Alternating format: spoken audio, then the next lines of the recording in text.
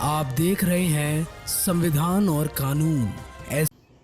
मुजफ्फरपुर में ससुर और बहू को गोली मारने वाले युवक को पुलिस ने गिरफ्तार कर लिया। गिरफ्तार युवक मुख्य आरोपी है। इससे पहले एक युवक को पहले से गिरफ्तार कर जेल भेज दिया गया है।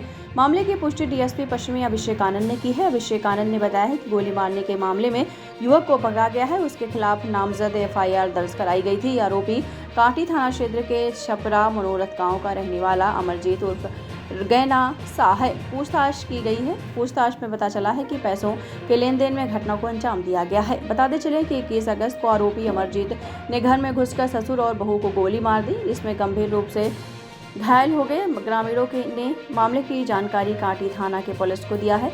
मामले में कांटी पुलिस ने छापेमारी कर एक युवक अच्छेलाल कुमार को गिरफ्तार कर जेल भेज दिया, जबकि अमरजीत की गिरफ्तारी के लिए छापेमारी कर रही थी। इसी बीच वह पकड़ा गया। बता दें कि जख्मियों में ससुर ढोरा शाह उर्फ बिरजू शाह और उनकी बहू बिमल देवी थी। दोनों अपने घर पर थे। इस दौरान दो युवकों घर के पास आ गए। पहले बाहर खोजा, बिरजू नहीं मिला तो घर में घुस गए। इसके बाद दोनों को गोली मार दी। बिरजू शाह ने आरोपित अमरजीत से 20,000 रुपये कर्ज लिया था।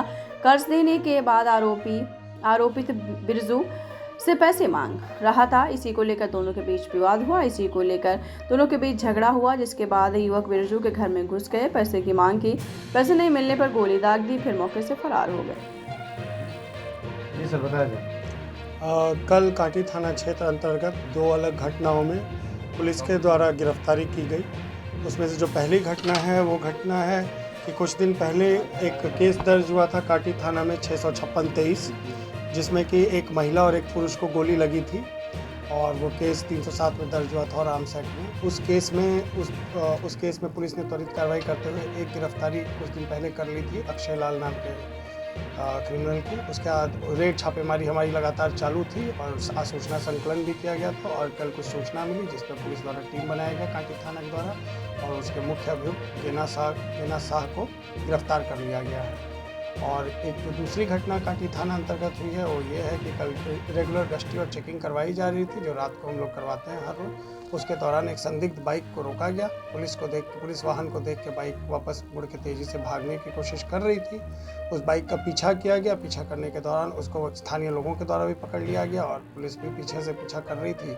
उस दौरान उन लोगों को स्थानीय लोगों के द्वारा मारपीट भी कर दी गई, जिससे पुलिस ने उन लोगों को बचाया।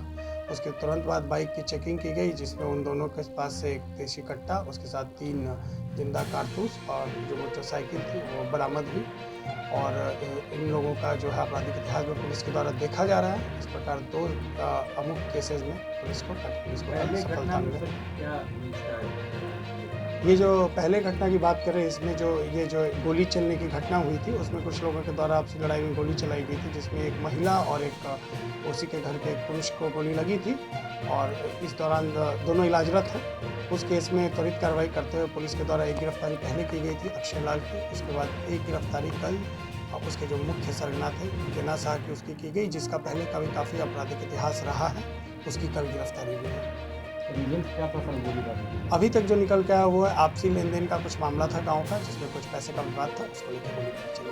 ये जो 2 अपराधी गिरफ्तार हैं, क्या कुछ रिकवर और लोकल हैं या बाहर के? हाँ, ये जो 2 अपराधी गिरफ्तार हुए हैं ये दोनों पटना के हैं। अभी तक जो इनिशियल छानबीन हुई है उसमें ये दोनों पटना के अपराधी हैं, जो कि लूटपाट की घटना को करने की नियत से आए थे, जो अभी तक इनसे पूछताछ में पता चला। और इनके पास एक देसी कट्टा भी था, जिसमें कि 3 जिंदा कारतूस भी थे।